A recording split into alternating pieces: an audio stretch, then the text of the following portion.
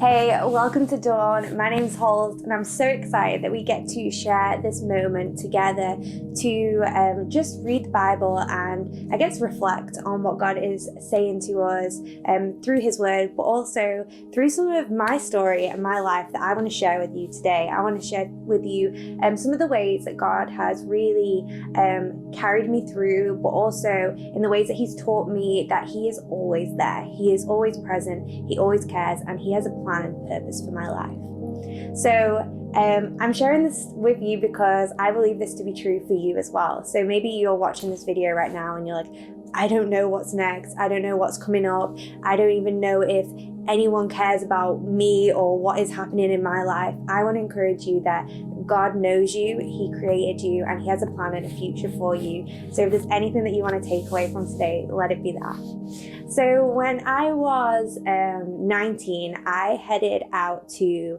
LA, California, the United States of America. I went out there, and that was after feeling like I needed to pursue what God had for me next. I was at a bit of a crossroads in my life. I had just stepped into a relationship with Jesus, and I had a lot of stuff going on in my life, in my world, that I needed space from, I needed healing from, and I needed clarity. I needed time for God to really speak to me and show me what was next, but I didn't know what that looked like. Then through a lot of prayer, conversation in my community with people that I loved and that I also knew were safe people for me to speak to and to get advice from reading God's word, I really felt like God was speaking to me about taking the step to move to America, move to LA. And at 19 years old, well, I was 18 at the time, I felt like, what?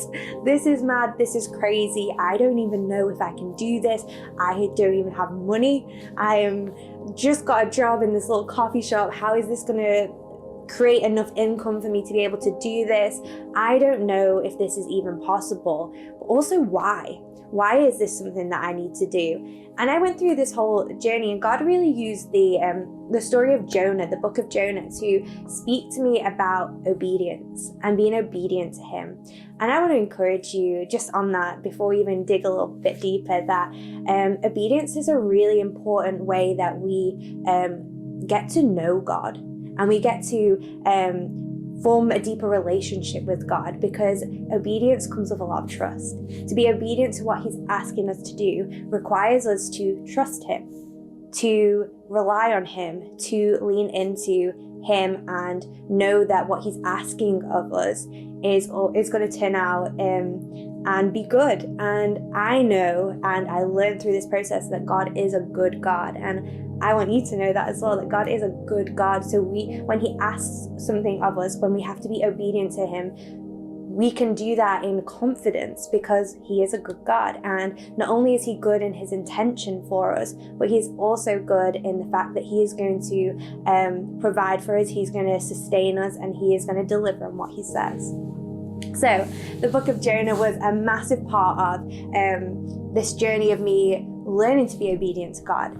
And I don't know if you know about the story of Jonah.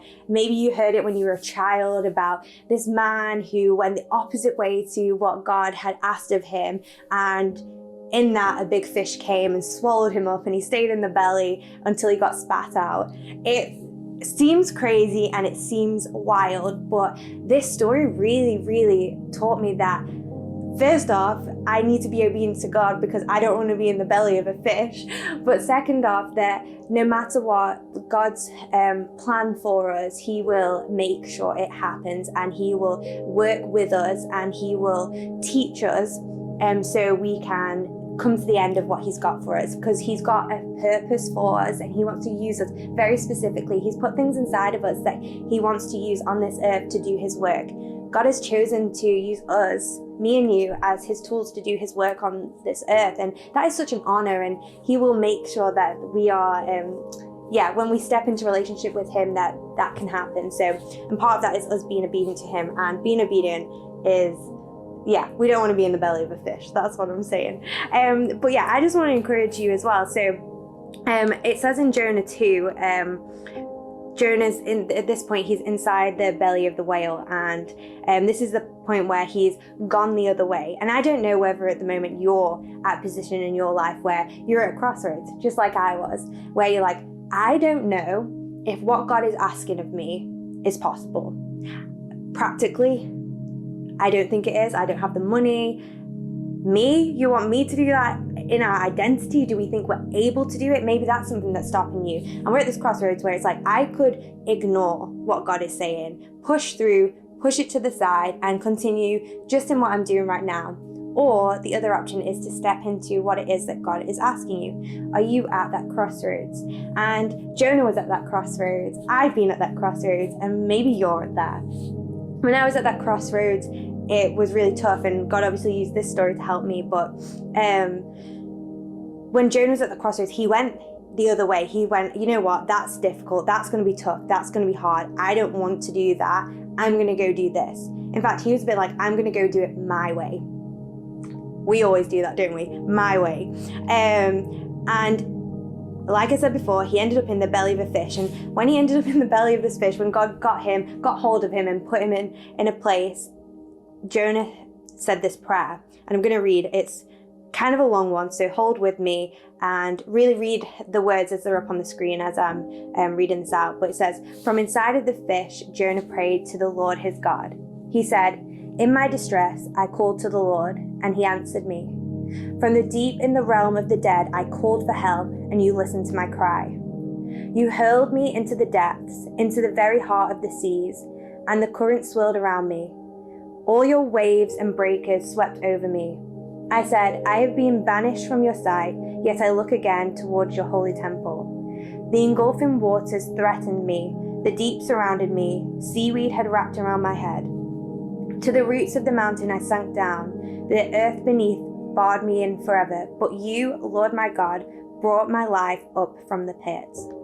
When my life was ebbing away, I remembered you, Lord, and my prayer rose to you, to your holy temple. Those who cling to worthless idols turn away from God's love for them, but I, with shouts of grateful praise, will sacrifice to you. What I have vowed I will make good. I will say, salvation comes from the Lord. And the Lord commanded the fish, and it vomited Jonah onto dry land.